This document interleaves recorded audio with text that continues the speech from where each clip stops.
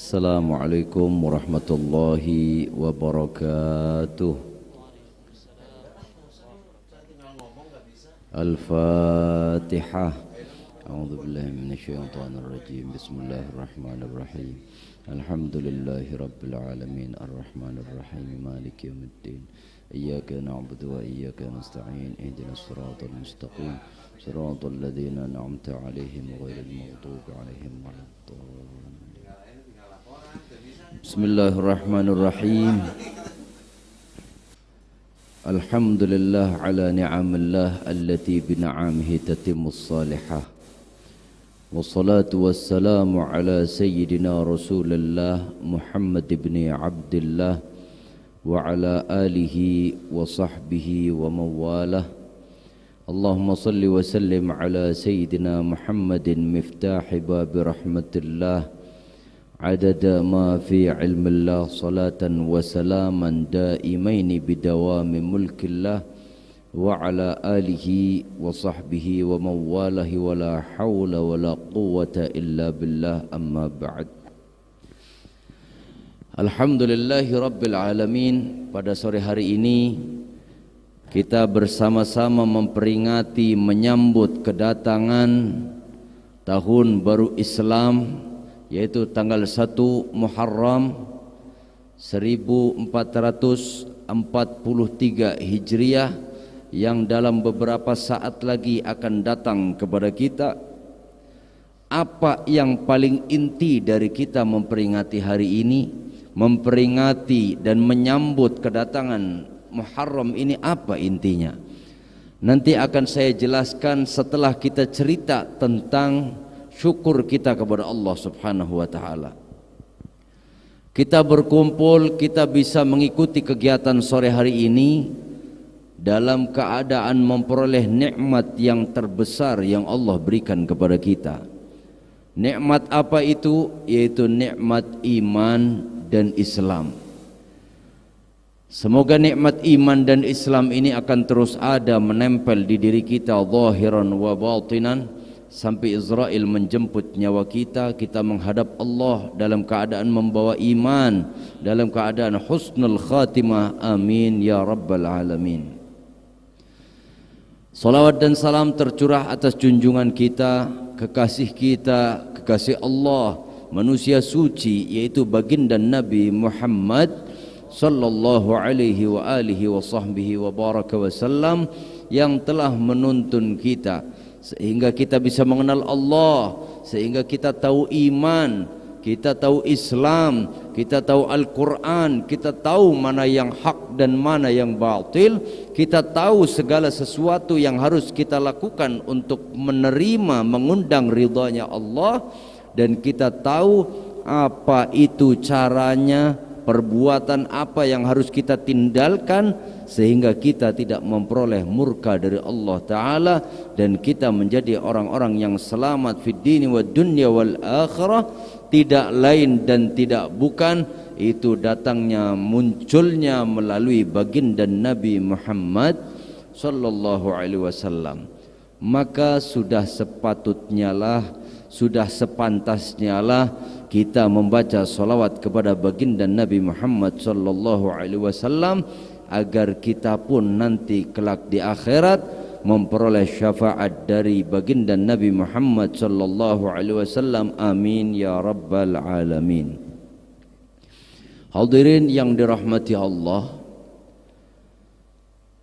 1 jam ke depan akan datang kepada kita, akan kita sambut bersama-sama, yaitu datangnya tahun baru Islam.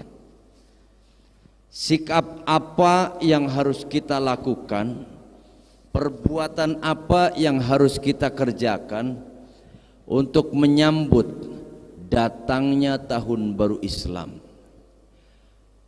Banyak anjuran-anjuran dari para ulama apa yang harus kita lakukan ketika memasuki bulan Muharram. Anjuran yang pertama adalah kita dianjurkan untuk membaca doa akhir tahun dan doa awal tahun. Nanti sebelum maghrib kita akan bersama-sama membaca doa akhir tahun.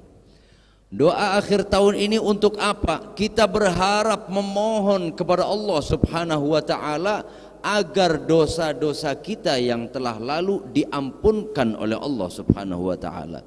Sehingga salah satu hikmah dari doa akhir tahun itu apa? Kata setan itu menyatakan, hancur tulang rusukku. Kenapa hancur? Aku sudah menggoda manusia untuk berbuat maksiat selama 1 tahun ini. Ternyata hanya dengan dia membaca doa akhir tahun, Allah ampunkan dosanya selama 1 tahun. Akhirnya merasa kesal, merasa kecewa, setan itu sampai menyatakan, hancurlah tulang-tulangku.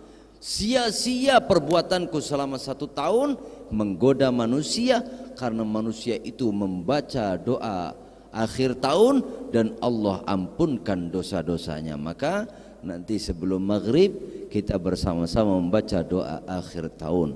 Kemudian ba'dal maghrib kita pun bersama-sama nanti akan membaca doa awal tahun. Semoga 1 tahun yang akan datang Allah jaga diri kita dari perbuatan-perbuatan yang tidak diridhai oleh Allah, dari segala perbuatan maksiat, dan Allah jaga diri kita 1 tahun ke depan untuk tidak berbuat dosa kepada Allah Subhanahu wa taala. Amin ya rabbal alamin. Hadirin yang dirahmati Allah, di dalam bulan Muharram para ulama menganjurkan kepada kita semua untuk melakukan banyak ibadah. Apa yang harus kita lakukan? Yang pertama yaitu kita perbanyak melakukan salat di bulan Muharram. Salat apa yang harus kita lakukan? Yang biasanya misalkan kita salat hanya wajibnya saja, ditambah salat qabliyah, ba'diyah dijalankan, jangan sampai ditinggalkan. Kemudian yang biasanya tidak sholat duha, masuk di bulan Muharram, ayo sholat duha kita lakukan. Yang biasanya tidak pernah sholat tahajud, ayo masuk bulan Muharram kita melakukan sholat tahajud. Perbanyaklah sholat di bulan Muharram. Kenapa? Dengan kita memulai awal tahun dengan perbuatan-perbuatan yang baik, dengan taat kepada Allah, maka 1 tahun yang akan datang akan menjadi kebiasaan diri kita untuk selalu berbuat baik dan berbuat taat kepada Allah Subhanahu wa taala. Apalagi zaman sekarang yang mana kita sedang menghadapi satu musibah besar, satu peristiwa besar, yaitu pandemi Covid yang sudah sekian lama tidak selesai-selesai. Bagaimana caranya? Allah sudah ngasih kunci kepada kita sebenarnya. Ketika kita memperoleh musibah, ketika kita memperoleh cobaan, ketika kita turun wabah di tengah-tengah kita, apa perintah Allah, apa anjuran dari Allah, dan apa kunci dari Allah yang diberikan kepada kita? Kata Allah Ta'ala, wasta'inu bis sabri was salah. Memintalah kepada Allah, mintalah pertolongan kepada Allah dengan bersabar dan melakukan sholat. Jangan kita dengan adanya pandemi hanya ketakutan, kecemasan, kekhawatiran, tapi mendekat kepada Allah tidak. Kita selama ini tahu bahwa penyakit itu datangnya dari Allah. Kita tahu bahwa musibah itu dari Allah. Kita tahu masalah itu dari Allah, dan siapa yang bisa menyelesaikan itu semua? Tidak lain dan tidak bukan hanyalah Allah Subhanahu wa ta'ala. Banyak orang di zaman sekarang ketika ditanya, Pak, siapa yang mendatangkan rizki kepada Bapak? Jawabannya dengan tegas menyatakan Allah. Bapak, siapa yang tahu usia Bapak sampai kapan? Dengan tegas dia menyatakan Allah. Bapak, siapa yang mendatangkan penyakit? Allah. Siapa yang menyembuhkan penyakit? Allah. Dengan tegas menyatakan segala sumber sesuatu munculnya dari Allah. Tapi ketika orang kepingin rezeki, kenapa tidak datang kepada Allah?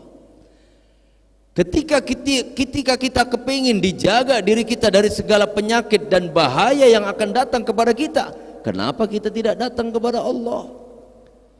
Ketika tahu bahwa yang menyembuhkan sakit itu Allah, kenapa kita tidak datang kepada Allah? Inilah kesalahan kita yang mana Allah ingatkan diri kita dengan adanya wabah ini, corona yang ada di tengah-tengah kita ini. Allah mengundang kita agar kita jauh lebih dekat dengan Allah Subhanahu wa ta'ala. Maka ayo bersama-sama kita memohon pertolongan kepada Allah dengan kondisi saat ini, pandemi saat ini, dengan kita bersabar dan dengan kita terus melakukan salat dan terus memohon ampun kepada Allah, berdoa kepada Allah Subhanahu wa ta'ala. Kemudian yang kedua, di dalam bulan Muharram ini apa yang harus kita lakukan? Ulama menganjurkan, menyarankan kepada kita untuk memperbanyak sedekah. Sedekah di bulan Muharram ini sangat dianjurkan. Dan lebarannya, ibarat kalau kita lebaran biasa itu ada Idul Fitri, ada Idul Adha. Tapi lebarannya sedekah itu kapan? Nanti pas tanggal 10 Muharram. Ayo kita perbanyak bersedekah, perbanyak kita membantu orang lain. Karihil mursalah, bagaikan angin yang berhembus ketika kita mengeluarkan sedekah. Tanpa dipikir-pikir, terus kita bantu saudara kita, tetangga kita. Salah satunya juga apa dengan sedekah itu? Musibah yang akan turun ke muka bumi ini akan terjaga, terlindungi, bahkan akhirnya akan diangkat lagi oleh Allah Subhanahu wa ta'ala dengan sedekah kita. Sehingga dikatakan apa? Sedekah sir itu sedekah yang diam-diam, yang tidak dihembuskan, diiklankan dan sebagainya. Sedekah yang diibaratkan kalau kita mengeluarkan dengan tangan kanan, tangan kiri tidak mengetahui. Sedekah yang seperti itu bisa memadamkan murkanya Allah Subhanahu wa ta'ala. Kita sadari atau kita tidak sadari, kita sering berbuat melukai hati orang lain. Kita berbuat dosa, entah kita sengaja ataupun tidak, kita lakukan itu setiap saat, setiap waktu. Gosip orang lain, melihat gambar-gambar yang tidak diridhoi oleh Allah, entah di handphone, entah di video, entah dimanapun, kemudian menulis status yang menjatuhkan orang lain. Kemudian kita berbuat dosa, kadang mencari rezeki tidak halal, masuk ke perut kita, masuk ke perut keluarga kita, masuk ke perut anak keturunan kita. Sadari atau tidak sadari, kita tiap saat, tiap waktu melakukan dosa kepada Allah Subhanahu wa ta'ala. Apalagi ketika dosa itu dilakukan oleh kita untuk menghancurkan orang lain, untuk merendahkan orang lain, untuk menghinakan orang lain. Ini justru cepat mengundang murkanya Allah Subhanahu wa ta'ala. Kenapa? Dikatakan siapa yang menghancurkan hati seorang mukmin, maka dia seperti orang yang menghancurkan Ka'bah 70 kali. Kira-kira dosanya orang menghancurkan Ka'bah gimana? Jangankan sampai menghancurkan, dosa di dunia saja. Kalau andaikan ada orang datang ke Ka'bah bawa palu, dipentungin tuh Ka'bah, di dunia aja udah disiksa sama askar, betul tidak? Apalagi kelak di akhirat. Tapi orang yang menghancurkan hatinya seorang mukmin, dia seperti orang yang menghancurkan Ka'bah 70 kali, wal'iyadu billahi min dzalik. Kemudian dikatakan lagi, man adani waliyan faqad adantuhu bil harb. Jika kita melukai, ada orang melukai kekasih Allah, orang yang dicintai oleh Allah, apa kata Allah? Aku kibarkan bendera peperangan dengannya. Kita tidak tahu di sekeliling kita ini siapa orang yang dicintai oleh Allah. Bisa jadi orang yang ada di jalan, dia adalah kekasih Allah. Bisa jadi orang yang pakaiannya compang-camping, ternyata dia kekasih Allah. Bisa jadi orang yang sholatnya di pojokan masjid, ternyata dia kekasih Allah. Bisa jadi orang yang bajunya seperti pegawai, ternyata dia kekasih Allah. Bisa jadi polisi yang panas-panasan di tengah hari bolong, ternyata dia kekasih Allah. Kita tidak tahu, hanya Allah lah yang tahu. Maka jangan sembarangan kita melukai hati orang lain, karena jangan-jangan dia adalah kekasih Allah subhanahu wa ta'ala. Jadi apa? Ketika kita melukai kekasih Allah, kata Allah, Allah kibarkan bendera peperangan dengannya. Naudzubillah min dzalik. Kalau kita dikibarkan bendera perang sama Allah, mau lari kemana kita? Bumi milik Allah, langit milik Allah, dunia seisinya milik Allah. Kita mau kabur kemana? Maka ayo bareng-bareng. Perbuatan dosa kita cepat mengundang murkanya Allah, maka ditutuplah perbuatan dosa kita, redamlah murkanya Allah, agar bala, musibah, wabah dan bencana tidak sampai kepada kita semua. Perbanyaklah kita melakukan sedekah. Insya Allah dengan sedekah itu kita terjaga dan terselamatkan dari segala musibah, dan Allah selamatkan kita serta bahagiakan kita semua dunia dan akhirat. Amin ya rabbal alamin. Kemudian selanjutnya, apa yang harus kita lakukan di bulan Muharram? Yang ketiga, kita dianjurkan untuk muhasabah, mengoreksi diri kita. Selama 1 tahun ini, kira-kira perbuatan baik kita, amal baik kita, pahala kita dengan dosa kita, banyakan yang mana? Kalau ternyata kita koreksi diri kita, ternyata banyak salahnya dan banyak dosanya, ayo bertobatlah kepada Allah subhanahu wa ta'ala, agar 1 tahun yang akan datang, dengan datangnya bulan Muharram, kita akan jauh lebih baik dan kita akan jauh lebih taat kepada Allah. Koreksi 1 tahun yang telah lalu. Kalau ada satu pertanyaan, Bapak Ibu kepingin masuk surga apa kepingin masuk neraka? Jawabannya apa? Pasti masuk surga. Tapi kalau kita mau fikir-fikir, apakah kita termasuk ahli surga atau ahli neraka? Kita jujur dulu, ini pembahasannya pembahasan yang jujur. Nanti di akhirat itu ada yang namanya mizan. Mizan itu salah satu timbangan amal perbuatan. Jika amal baiknya lebih banyak, maka dia masuk ke dalam surga. Tapi jika amal buruknya atau dosanya dia lebih banyak, maka dia masuk ke neraka. Kita dalam 1 hari 1 malam tidur berapa jam? 8 jam. Kalau kita tidurnya 8 jam, berarti andekan usia kita 60 tahun, 1 hari 1 malam itu 24 jam.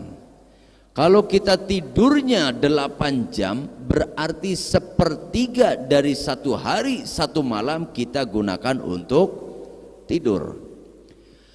Berarti kalau usia kita 60 tahun, Tidurnya kita berapa tahun? 20 tahun. Jadi kalau ada orang usianya udah 60 tahun, berarti orang itu kurang lebih sudah pernah tidur 20 tahun. Ngerasain nggak tidur 20 tahun? Kurang lebih sudah ada. Kemudian berapa jam kita gunakan untuk ngerumpi? Berapa jam kita gunakan untuk nonton TV? Berapa jam kita gunakan untuk ngelamun? Berapa jam kita gunakan untuk baca koran? Berapa jam kita gunakan untuk santai-santai? Berapa jam kita gunakan untuk memegang HP? Berapa jam kita gunakan untuk ngelamun, santai depan rumah, ngobrol sama orang yang tidak manfaat? Kira-kira dibandingkan dengan sholat kita, yang manfaat dengan yang tidak manfaat banyakan mana? Akhirnya kalau dihitung-hitung, kira-kira jujur-jujuran kita itu amal baiknya sama dosanya banyakan mana? Banyak dosanya. Berarti neraka mau tidak? Ya tetap aja tidak mau, dasar manusia. Salahnya banyak, dosanya banyak, kasih neraka, nggak mau. Pengennya enak-enakan tapi masuk ke dalam surga. Ya itulah manusia, maunya dewe, maunya sendiri. Akan tetapi Allah anugerahkan buat kita semua, dengan Allah utus kekasih Allah, manusia suci, yaitu baginda Nabi Muhammad sallallahu alaihi wasallam, sehingga Allah muliakan kita semua karena kita dijadikan sebagai umatnya Nabi Muhammad sallallahu alaihi wasallam. Kuntum khairu ummatin ukhrijat linnas. Kalian semua adalah sebaik-baiknya umat yang telah aku keluarkan di muka bumi ini. Apakah karena kita hebat dikatakan sebagai sebaik-baiknya umat? Tidak. Kita itu dianggap sebaik-baiknya umat karena kita dijadikan sebagai umatnya baginda Nabi Muhammad sallallahu alaihi wasallam. Sehingga dengan kita dijadikan sebagai umatnya Nabi Muhammad, Allah bukakan pintu yang lebar buat kita semua. Ketika manusia berbuat dosa, berbuat salah, Allah persilahkan agar kita bertaubat kepada Allah dan Allah ampunkan dosa-dosa kita semua. Bahkan kita mau nyari kemana lagi? Allah subhanahu wa ta'ala melakobi dirinya dengan apa? Allah itu senang dengan ngampunin manusia. Gimana? Allah itu suka ngampunin manusia, senang dengan memaafkan manusia. Kalau kita kesel sama orang lain, kadang gedeknya di hati, jangankan cuman sehari, sebulan, 2 bulan, sampai setahun kita masih kesel sama orang itu kadang. Tapi Allah sendiri ketika kita berbuat salah, ketika kita berbuat dosa dan kita mendekatkan diri kepada Allah memohon ampun, Allah senang untuk ngampunin orang tersebut. Allahumma innaka afuwun tuhibbul afwa fa'fu anna. Itu biasanya dibaca di bulan Ramadan. Apa artinya? Allahumma innaka afuwun tuhibbul afwa fa'fu anna. Jadi Allah itu senang dengan ngampunin manusia, senang dengan memaafkan kesalahan manusia, itu senang. Bahkan ketika manusia itu bertaubat kepada Allah, ketika manusia itu memohon ampun kepada Allah, apa dijanjikan oleh Allah? Innallaha yuhibbut tawwabin. Sesungguhnya Allah mencintai orang-orang yang bertaubat. Jadi saat kita memohon ampun kepada Allah, meminta maaf kepada Allah, menyesali kesalahan kita kepada Allah, saat itu diri kita dijadikan oleh Allah Subhanahu wa taala menjadi orang yang dicintai oleh Allah Subhanahu wa taala. Kalau kita sudah menjadi manusia yang dicintai oleh Allah, insya Allah doa kita akan dikabulkan oleh Allah taala. Kalau kita sudah dicintai oleh Allah, Allah pun akan lindungi, Allah akan jaga diri kita. Apalagi dengan yang namanya corona, insya Allah akan terhindar diri kita. Kita tidak akan terjangkit penyakit-penyakit yang membahayakan diri kita, karena Allah cinta dan Allah sayang kepada kita. Amin ya rabbal alamin. Di dalam kita bermuhasabah, kita semua sebagai manusia itu hidup bukan cuman sekarang, yaitu di dunia. Hidup kita ini manusia mengalami 5 alam. Perjalanan hidup manusia mengalami 5 alam. Alam yang pertama yaitu alam arwah. Dulu kita semua, seluruh manusia dikumpulkan oleh Allah Subhanahu wa taala di alam arwah, sampai Allah menyatakan, alastu birabbikum, apakah aku ini Tuhan kalian semua? Qalu bala syahidna, ya Allah benar, engkau adalah Tuhan kami dan kami menyaksikan itu. Kita semua kumpul di alam arwah dan menyaksikan bahwa Allah adalah Tuhan kita semua. Ada yang ingat dulu di alam arwah? Enggak. Kemudian dari alam arwah dipindah oleh Allah Subhanahu wa taala ke alam kandungan. Berapa bulan kita di kandungan ibu? Berapa? Fayanfukhu fihi ruh, itu ketika 4 bulan ditiupkan roh ke dalam rahim seorang ibu. Berarti andekan kita lahir itu 9 bulan, berapa lama diri kita ada di dalam kandungan seorang ibu? 5 bulan kurang lebih. Itulah alam yang kedua, yaitu kita hidup di dalam alam kandungan seorang ibu, kemudian pindah ke alam yang ketiga, yaitu alam dunia ini. Sekarang kita berada di dalam alam yang ketiga. Di dunia ini ada orang yang berbuat baik, ada orang yang jahat, ada orang yang pintar, ada orang yang bodoh, ada orang yang tinggi, ada orang yang pendek, ada yang kaya, ada yang miskin, ada yang alim, ada yang tidak alim. Semua berpasang-pasangan. Akan tetapi berpasang-pasangan itu bukan untuk merendahkan, kita berpasang-pasangan untuk saling melengkapi. Coba bayangkan kalau kita di Karawang ini semua orangnya kaya raya. Kira-kira siapa nanti yang akan jadi tukang sapu? Kalau andekan orang sekabupaten Karawang orangnya jadi pejabat semua, siapa yang nanti jadi rakyatnya? Kan begitu. Semua berpasang-pasangan, sehingga jangan pernah kita sombong, jangan pernah kita berbangga diri hidup di dunia, karena tanpa adanya orang lain kita bukan siapa-siapa.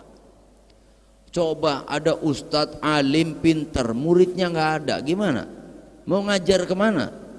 Masjid segini gedenya, segini luasnya, tapi tidak ada yang jamaah. Apa fungsinya masjid? Ternyata ada satu masjid yang adzan orang itu, yang qomat orang itu, yang ngimamin dia orang itu, yang lain tidak ada yang berjamaah. Maka ayo kita saling mengisi dan saling melengkapi. Tidak boleh kita merendahkan orang lain, tidak boleh kita bersikap sombong di dunia ini. Inilah kehidupan dunia. Tapi hidup di dunia ini dikatakan fima baina sittin wa sab'in, rata-rata umatnya Rasulullah itu hanya sekitar 60-70 tahun rata-rata.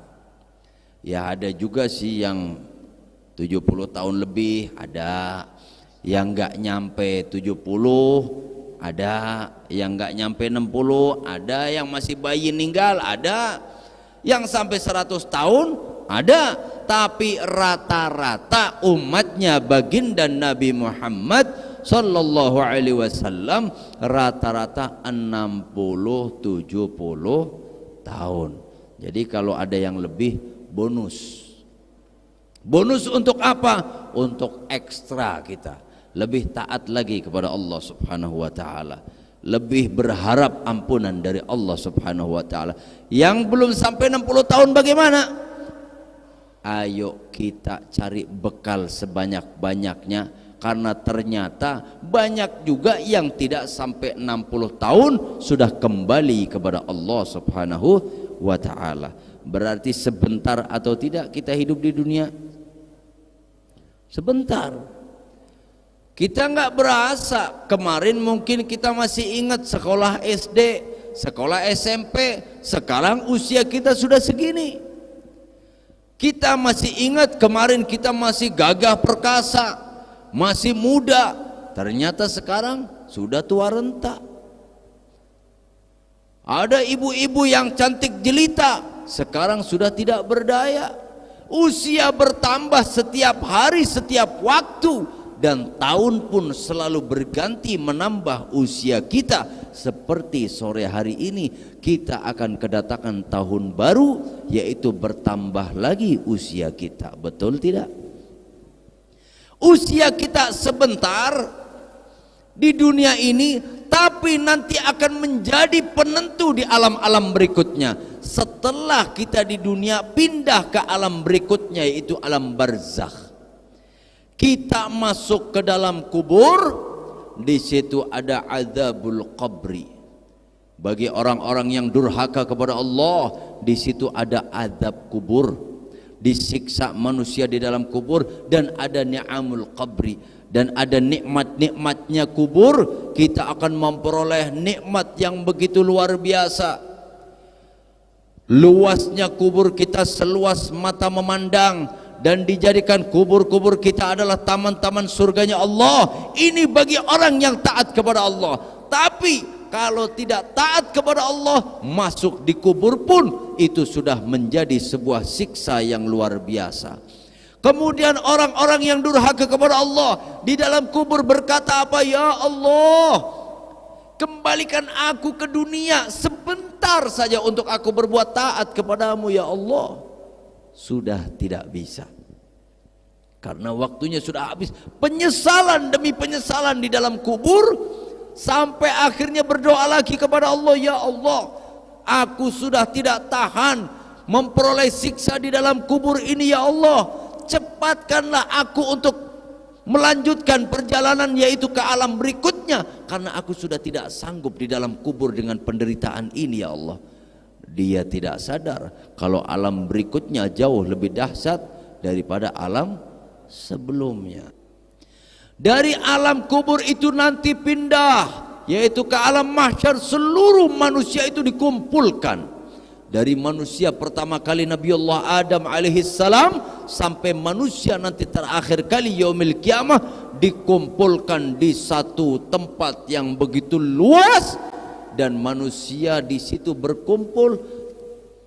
Dikatakan kata para ulama, matahari sejengkal dari atas kepala kita. Ada orang yang tenggelam dengan keringatnya, ada orang yang sampai menginjak anaknya demi untuk selamat.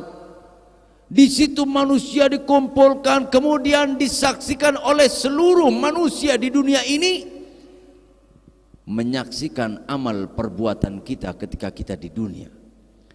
Ketika ditunjukkan amal kita dan nampak perbuatan baik kita, apa yang terjadi? Kita akan dipuji oleh manusia pertama kali, yaitu Nabi Allah Adam, sampai manusia terakhir kali yaumil kiamah memuji kita, sampai muncul aroma bau wangi dari tubuh kita dengan sendirinya.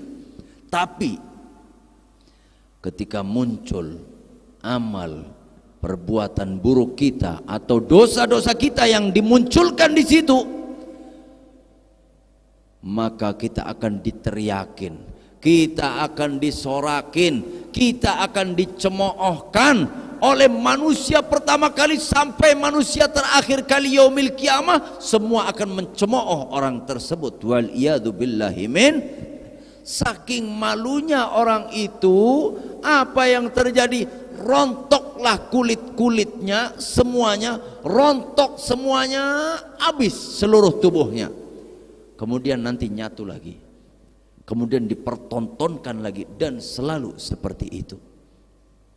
Kemudian nanti setelah dari mahsyar kita akan melewati siratal mustaqim, jembatan yang mana jembatan itu ada yang meriwayatkan naiknya 50.000 tahun, turunnya 50.000 tahun. Ini jembatannya bentuknya begitu, naiknya 50.000 tahun, turunnya 50.000 tahun, lurusnya 50.000 tahun.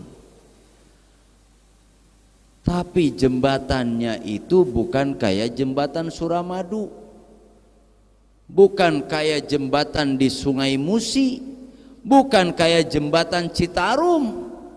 Jembatannya kecil, bahkan dikatakan bagaikan rambut satu yang dibelah jadi 7. Bagaimana kita nyebrangnya? Di situ ada orang yang berjalan seperti merangkak, ada juga orang yang seperti jalan kaki, ada yang seperti lari, ada yang seperti burung terbang, dan ada yang seperti kilat. Tahu-tahu sampai ke dalam surganya Allah. Tapi ketahuilah, di dunia ini kalau kita melewati jembatan biasanya di bawahnya sungai. Kalau nanti di Siratal Mustaqim itu jembatan bawahnya bukan sungai, tapi bawahnya neraka jahanam. Siapa yang tidak berhasil melewati Siratal Mustaqim, maka dia akan jatuh ke dalam api neraka, yaitu neraka jahanam. Na'udzubillahi min. Tapi bagi orang yang Allah selamatkan, dia akan masuk ke dalam surganya Allah. Disinilah nanti ketentuan terakhir, alam yang terakhir, yaitu alam akhirat. Kenapa dikatakan alam akhirat? Karena itu adalah alam yang terakhir dan tidak akan pernah ada akhirnya. Kalau orang yang sudah dinyatakan sebagai ahli nar, maka dia akan selamanya abadi di dalam siksaan Allah, di dalam api neraka selama-lamanya dan tidak akan pernah ada akhirnya. Tapi yang Allah selamatkan, dia akan masuk ke dalam surganya Allah selama-lamanya dalam kenikmatan dan tidak akan pernah ada akhirnya. Yang mana keindahan surga dikatakan mala ainun ra'at wala udhunun sami'at wala khatara ala qalbil bashar. Keindahan dan kenikmatan surga itu mata kita belum pernah melihat.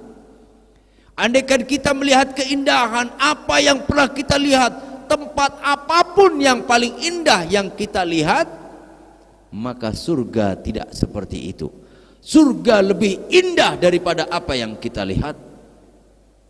Kalau ada cerita tentang surga, bahwa ketika kita menginginkan makanan, makanan itu akan datang sendiri.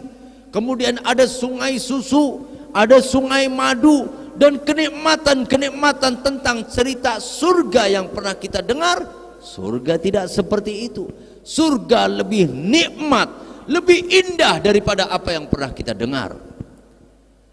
Kemudian andaikan kita pernah berhayal tentang sebuah keindahan, tentang sebuah kenikmatan, kita hayalkan, kita rasakan di dalam hati, maka surga tidak seperti itu. Surga lebih nikmat, lebih indah daripada apa yang pernah terbentik di dalam hati kita.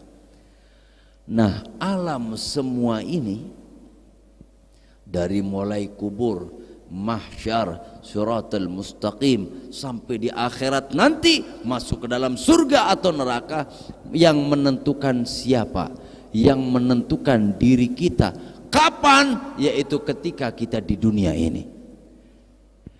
Ketika kita di dunia ini yang usianya hanya 60-70 tahun rata-rata, ini sebagai penentu untuk kita bahagia dari mulai kubur sampai nanti masuk ke dalam surganya Allah. Atau kalau kita mau bersantai-santai bahkan sampai bermaksiat kepada Allah, maka orang tersebut akan memperoleh siksa dari Allah Subhanahu wa taala dari pertama kali dia masuk ke kubur sampai nanti dia masuk ke dalam api neraka selama-lamanya dan tidak akan pernah ada akhirnya. Maka wahai hadirin yang dirahmati Allah, ayo bareng-bareng manfaatkan waktu kita di dunia. Kita sering melihat saudara kita, teman kita, tetangga kita meninggal begitu banyak akhir-akhir ini. Tapi apakah hanya kita melihat saudara kita meninggal? Apakah kita hanya melihat teman kita meninggal? Apakah hanya kita mengetahui tetangga kita meninggal? Sudah seperti itu. Kita harus memperoleh hikmah, memperoleh pelajaran bahwa kita pun nanti akan seperti itu. Cuman kita sedang nunggu waktu, belum tahu kapan waktunya meninggal datang kepada kita. Bisa jadi pulang pengajian ini kita meninggal, bisa jadi besok, bisa jadi bulan depan, bisa jadi tahun depan. Ini rahasia Allah. Maka ayo kita jaga bareng-bareng, upayakan diri kita taat kepada Allah, jangan sampai kita banyak melakukan dosa dan kesalahan sehingga ketika Israel datang menjemput nyawa kita, kita dalam keadaan iman dan Allah telah ampunkan dosa-dosa kita semua. Amin ya rabbal alamin. Maka dengan datangnya tahun baru ini, ayo bareng-bareng kita jadikan tahun-tahun yang akan datang kita menjadi hamba-hamba yang saleh dan salihah, hamba-hamba yang taat kepada Allah, hamba-hamba yang baik, hamba-hamba yang selalu menyejukkan saudara-saudara lainnya, hamba-hamba yang selalu menyejukkan hati baginda Nabi Muhammad sallallahu alaihi wasallam, hamba-hamba yang dicintai dan dibanggakan oleh Allah Subhanahu wa taala, hamba-hamba yang bisa menolong saudara-saudaranya, hamba-hamba yang benar-benar bisa menjadikan orang memperoleh manfaat dari kita semua. Amin ya rabbal alamin. Semoga apa yang saya sampaikan ini Allah berikan manfaat buat saya pribadi dan hadirin semuanya, dan seluruh yang menyaksikan acara pada sore hari ini menyambut kedatangan tahun baru Islam 1 Muharram 1443 Hijriah. Semua yang mengikuti kegiatan ini Allah ampunkan dosa-dosanya dan Allah muliakan hidupnya, Allah bahagiakan dan Allah selamatkan dunia dan akhiratnya. Amin ya rabbal alamin. Bisirri asraril Fatihah. Wallahul muwaffiq ila aqwamit thoriq. Assalamu alaikum warahmatullahi wabarakatuh.